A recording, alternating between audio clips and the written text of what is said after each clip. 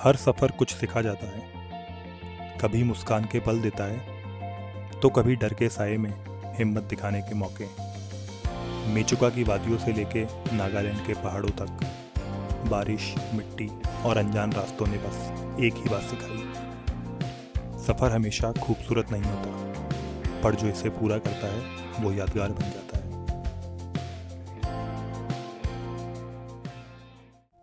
कभी कभी सफ़र के अंदर कुछ फैसले ऐसे होते हैं जो दिल के खिलाफ लेकिन ज़रूरत के हिसाब से लेने पड़ते हैं।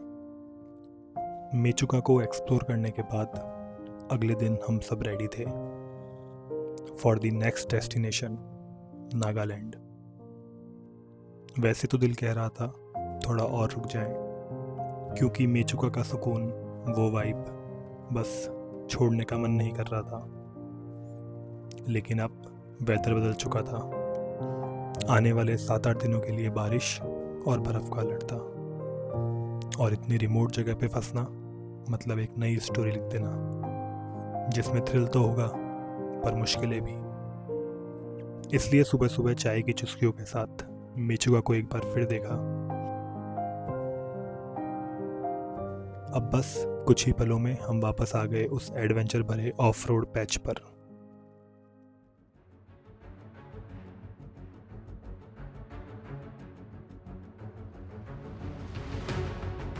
पता नहीं क्यों, लेकिन इस बार ऑफ रोड और भी एंजॉयबल लग रहा था। शायद इसलिए क्योंकि अब हमें मालूम था कि हर टर्न के पीछे क्या मिलने वाला है। बस डर एक ही था, ब्लास्टिंग ब्लॉकेज का। थोड़ी देर बाद हमें एक छोटे से गांव टाटो तक पहुंचे। सुबह का टाइम, पूरा विलेज सो रहा था।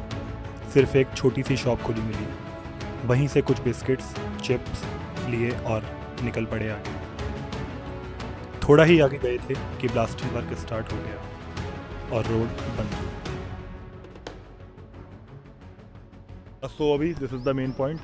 यहाँ रस्सी आ चुकी है। टाइम हो रहा है अराउंड सुबह के 7:20 और ये खुलेगा 9:30 बजे। सो अराउंड 2 घंटे का टाइम हमें यहीं टाइम पास करना है। कैसे होगा पता नहीं।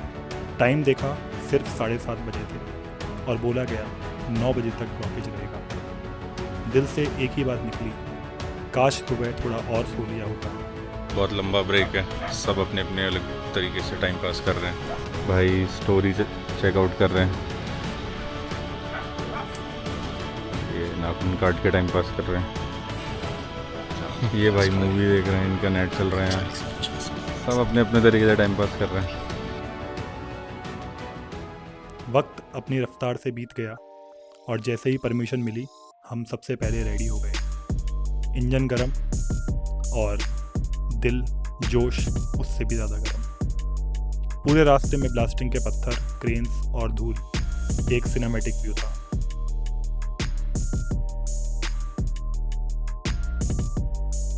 काफ़ी देर चलने के बाद हमें छोटा सा एक और ब्लॉकेज मिल चुका है,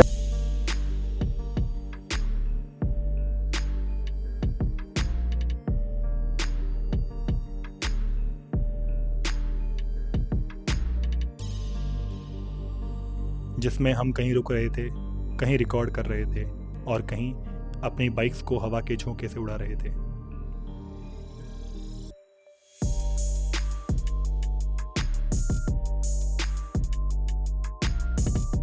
दो घंटे के लगातार स्ट्रगल के बाद फाइनली वो ऑफ रोड पैच खत्म हुआ और सामने एक स्मूथ रोड मिली, जैसे किसी ने रिवॉर्ड दिया हो। कम बैक, और जिसकी कमी थी वही आ चुकी है।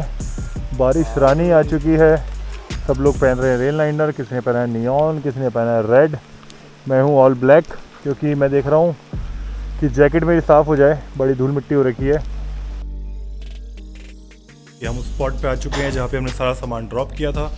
हम दोबारा हो चुके हैं सेट, बारिश स्टिल आ रही है, बाइकें हमारी हो चुकी है फुल पैक। सो अब चलते हैं। वही स्पॉट था जहाँ हमें अपना लगेज वापस बाइक्स पे सेट किया। फटाफट खाना खाया, थोड़ा रिलैक्स किया और बारिश के साथ ही निकल पड़े नागालैंड की तरफ।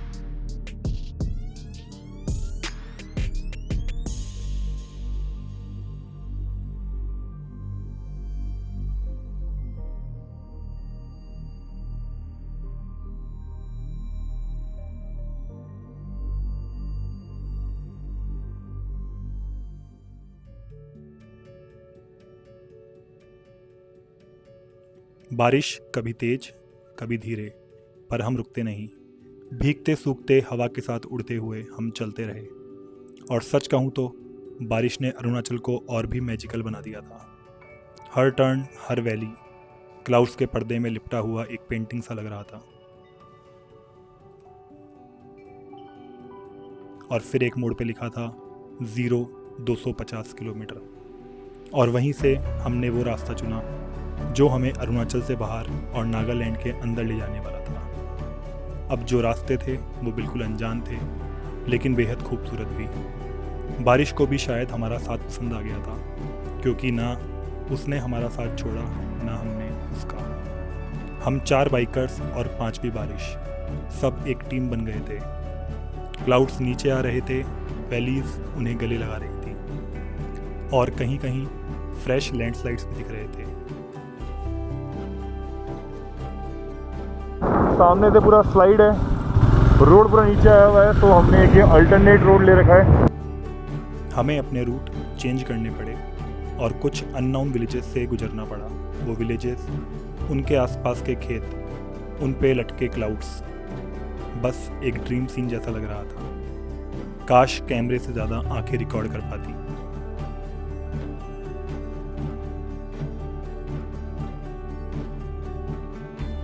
सुबह से चलते जा रहे थे, कभी जोश में कभी थकान में, लेकिन रात के लिए कोई प्लेस नहीं मिल रहा था। शाम ढलने लगी थी और अरुणाचल की वादियाँ जैसे ख़त्म होने का नाम ही नहीं ले रही थी। एक पहाड़ी के बाद दूसरी पहाड़ी, ना लोग ना ट्रैफिक, सिर्फ साइलेंस और वो हल्का सा डर।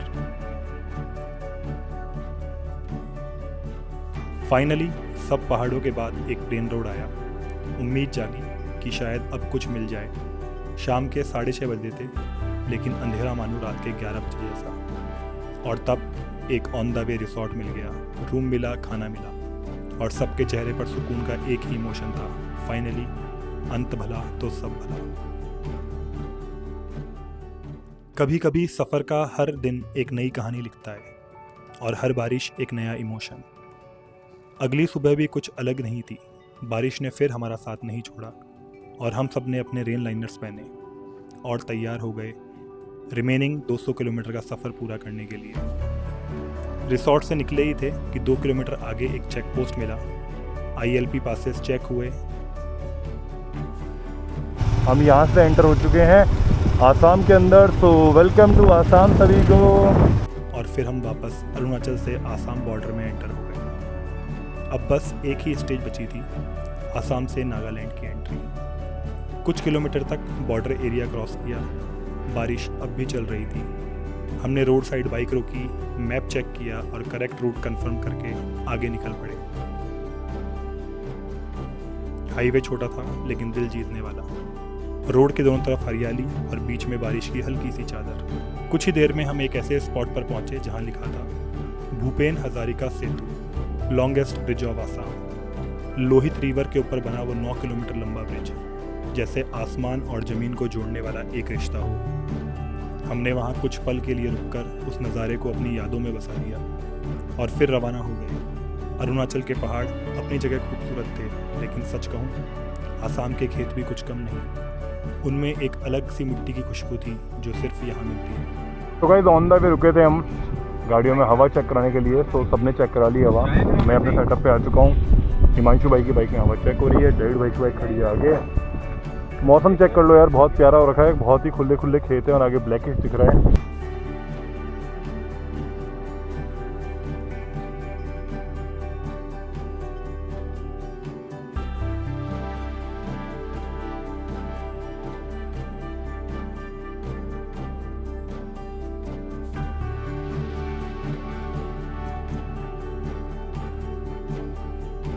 नागालैंड की ओर जाते जाते हम रुक चुके हैं हमारे छोटे से लंच ब्रेक के लिए, जो कि कुछ बहुत ही खूबसूरत रास्तों से जा रहा है। तो ये जा रहा है रोड, और हम रुके हैं होटल REALAC। पता नहीं भाई क्या नाम है, जो भी नाम है, बट इस टाइप की कुछ हट बनी हुई है। लंच टाइम तक बारिश थोड़ी कम हुई और हम एक रोड साइड ढाबे पर रुक गए। आसाम फूड का स्वाद, गर्म चाय का कप और कुछ देर का सुकून। बॉडी और माइंड दोनों रिलैक्स हो गए। थोड़ी देर बाद हम फिर निकल पड़े आसाम नागालैंड की बॉर्डर की तरफ। जैसे जैसे हम आगे बढ़ते गए रोड्स और छोटी होती गई, लेकिन उनकी खूबसूरती बढ़ रही थी। हर मोड़, हर विलेज पोस्ट कार्ड जैसा लग रहा था। Hey guys, so welcome back. और बहुत ही प्यारे विलेज चल रहे हैं। आई थिंक आसाम और नागालैंड की बॉर्डर आने वाली है।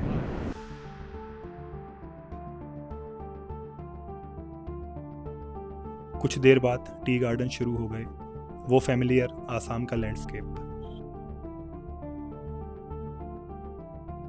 फिर अचानक एक बस्ती सी आई, आर्मी ट्रक्स, लोडेड जवान और हर तरफ एक अलर्टनेस का माहौल। तब समझ आया ये एरिया कितना सेंसिटिव जोन है। दिल में हल्का सा डर भी था, पर क्यूरियोसिटी उससे ज़्यादा। और कुछ ही पल बाद हम ऑफिशियली एंटर हो गए नागालैंड में।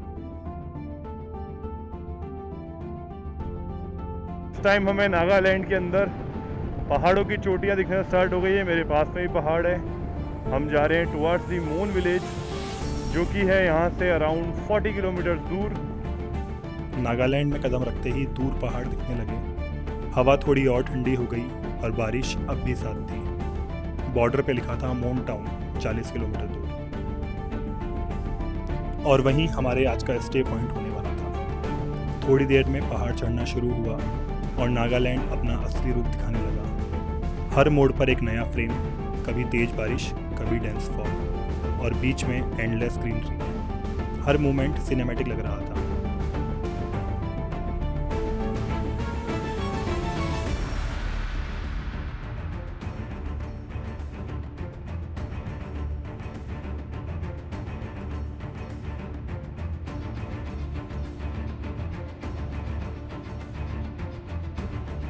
तो मेरे सामने और मेरे लेफ्ट में आप देख पा रहे हैं जो कि है मोन टाउन। काफ़ी बड़ा लग रहा है देखने में। नाम से लगा नहीं था कि इतना बड़ा होगा। जो रोड चल रही थी वो नहीं बता पा रही थी कि जो मोन टाउन, मोन विलेज आने वाला है वो इतना बड़ा होगा। एक्चुअली जो मोन विलेज है वो यहाँ से 5 किलोमीटर ऊपर है, जो कि ओल्ड विलेज है। और ये है मोन टाउन, जो कि अराउंड 25 ईयर्स पहले ही बसा है और बहुत ही खूबसूरत है। बहुत ही बड़ा टाउन लग रहा है। कुछ घंटों के सफ़र के बाद दूर से मोन टाउन दिखाई दिया। दिल में एक एक्साइटमेंट थी, एक नए स्टेट, एक नया कल्चर, नई कहानियों के लिए। सिटी में एंट्री ली और शाम ढलने लगी थी। लोकल लोगों ने एडवाइस दिया इवनिंग के बाद ज़्यादा बाहर मत घूमना, तो हमने सोचा सबसे पहले स्टे फाइंड करते हैं। कुछ स्टेज देखे लेकिन मन नहीं माना। फिर सोचा ऑनलाइन देखते हैं। तो अभी हम जा रहे हैं हेल्सा रिसोर्ट की ओर, जो कि टाउन से थोड़ा सा आउटसाइड अराउंड 4 किलोमीटर दूर है। तो डेविड भाई कर रहे हैं हमें lead by the help of Google map. एक रिसॉर्ट मिला, लोकेशन लगाई, लेकिन रास्ता ही नहीं मिला। घूमते घूमते अंधेरा छा गया। वैसे तो शाम के केवल 7 बजे थे, लेकिन नागालैंड में 5:30 बजे के बाद ही रात जैसी डार्कनेस आ जाती है।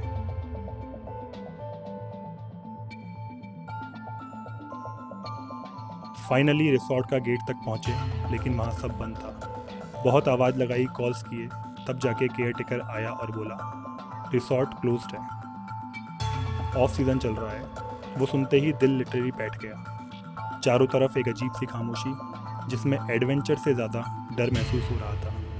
लेकिन रात तो निकालनी ही थी। ऑनलाइन एक और होम स्टे मिला 5-6 किलोमीटर दूर और थोड़ा अपर हिल्स में।